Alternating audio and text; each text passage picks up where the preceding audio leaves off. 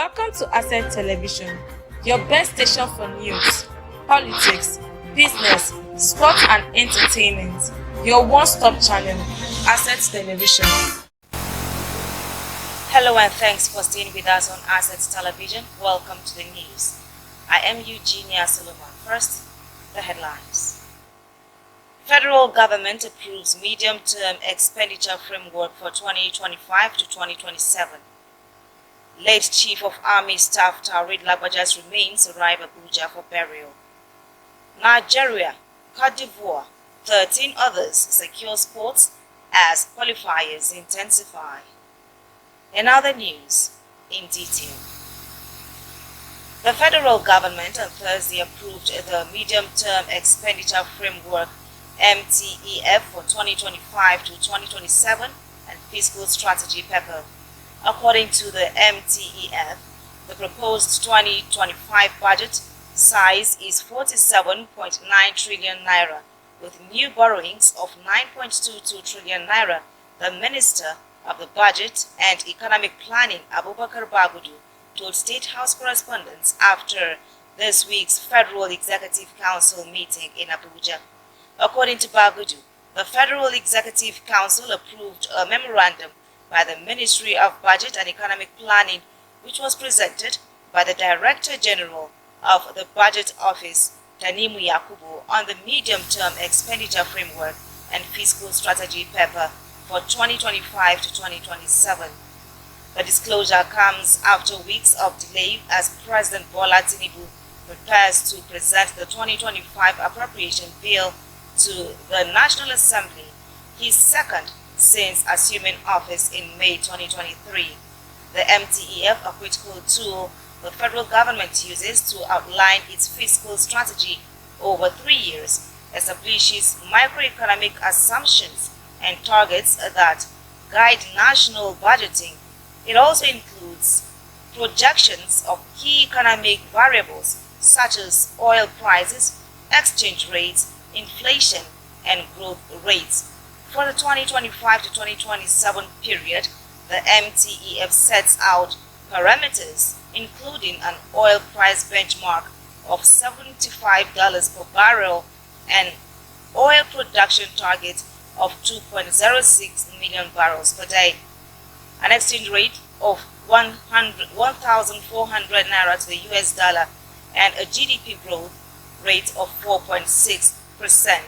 The federal government's projected aggregate expenditure for 2025 is 47.9 trillion naira, with planned borrowing of 13.8 trillion naira, equating to 3.87% of GDP. Moving over to politics now, the Ondo state government has declared Friday a public holiday for public servants in the state ahead of the Saturday's governorship poll.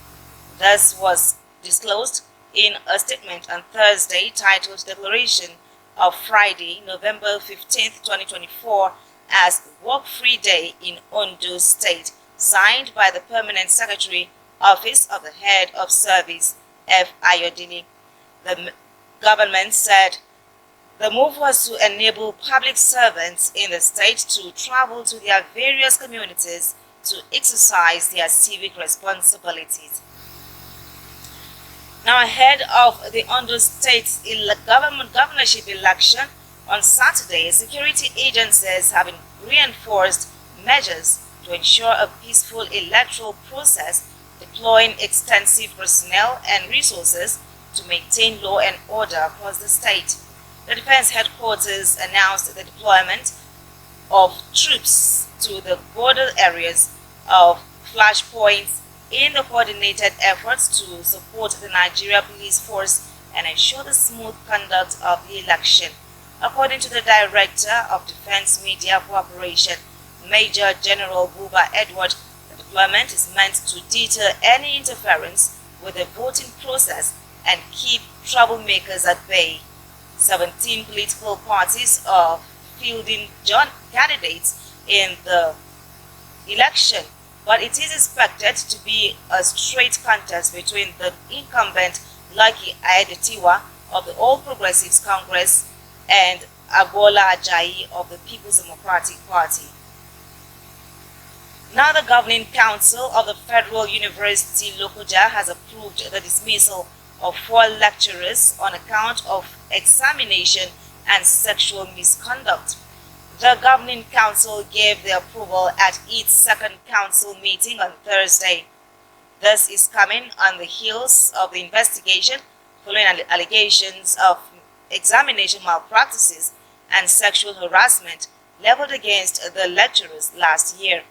The council, under the leadership of Senator Victor Ndoma Egba, appreciated the university management for allowing due process in the investigation that followed the allegations of examination misconduct and sexual harassment against the lecturers, while cautioning staff members and lecturers against all forms of molestation of students. The council said no misconduct would be swept under the carpet. It also urged the students to always speak out when they are molested. The military high command on Thursday paid last respect to the late Chief of Army Staff, Lieutenant General Taurid Lagbaja, who died on Tuesday, November 5th after a brief illness.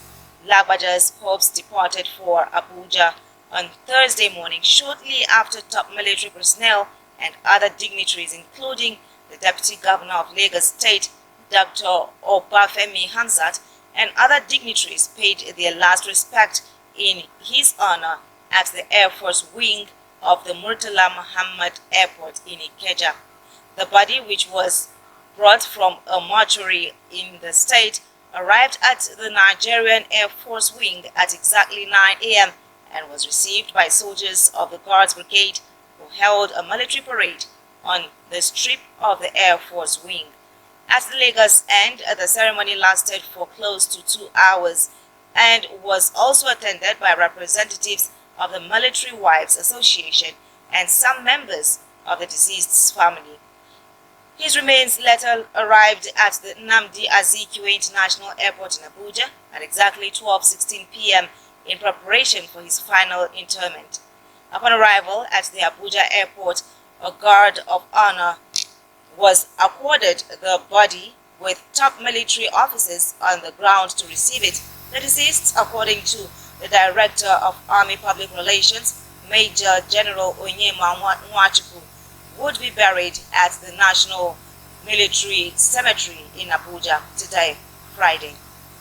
Well, more stories will come your way shortly after the break. Stay with us. Welcome to Asset Television, your best station for news, politics, business, sport and entertainment. Your one-stop channel, Asset Television. Many thanks for being there. If you are just joining us, you are watching the news on Asset Television. Moving over to foreign scene now, at least 10 people have been killed and others hurt in a fire that broke out at a retirement home near Zaragoza in northeastern Spain, emergency service said. The fire broke out in the town of Villafranca de Ebro early on Friday morning, and local officials said more than 80 people were living in the home at the time. The center opened 16 years ago as a retirement home, according to local reports, but has since specialized in care for residents with mental health problems. Emergency services were alerted at about 4:00 GMT on Friday, and firefighters were able to put out the fire. While in sports now, with 15 teams already securing qualification and 24 set to participate, the battle for the remaining 9 spots in the 2025 Africa Cup of Nations intensifies.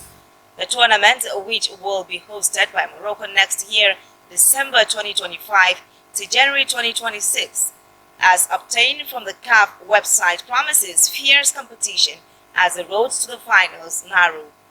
The defending champion and runner-up in the last edition, Côte d'Ivoire and Nigeria, have both secured their qualification spots in their respective groups.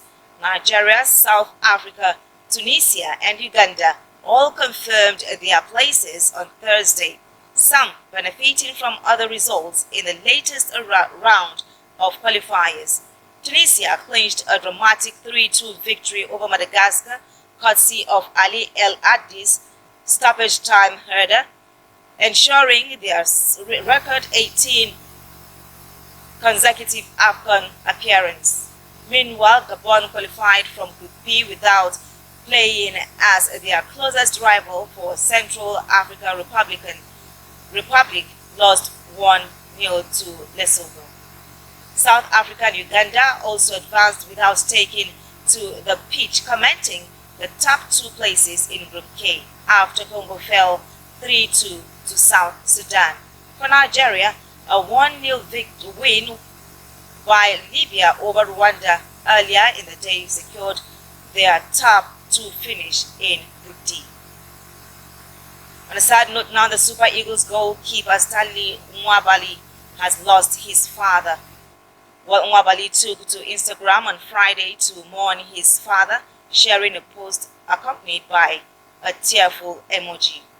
Although the goalie did not reveal the cause of the death, instead shared a heartfelt tribute with message, "Rest in peace, Dad." And with that sad story, we end the news. Do well to follow us on all our social media platforms for more news, updates, and programs. Of course, on behalf of the entire news crew, I am Eugenia Solomon. Good afternoon and many thanks for watching. Welcome to Asset Television, your best station for news, politics, business, sport and entertainment. Your one-stop channel, Asset Television.